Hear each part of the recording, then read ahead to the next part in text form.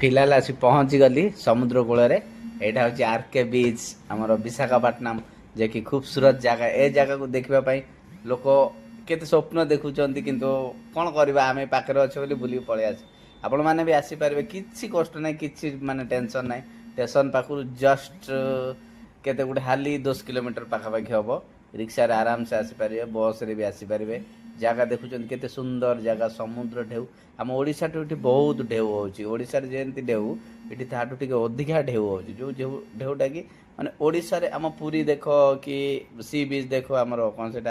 आराम से बुलिबे खाइबे एंजॉय करेंगे बेसी किसी खर्च भी नहीं आराम से होटल भी 1500 भर मिल जाए आराम से 1500 2000 जमी होटल ने सेमती पैसा आपन कपल्स आसिले भी भल कि ना सांगसाथी हेन टेन समस्ते आसी बुली पारे के सुंदर जगह मस्त एरिया दिन राति सब लोक हाली एटा बोधे दिन सकाल तो एमती लोक भी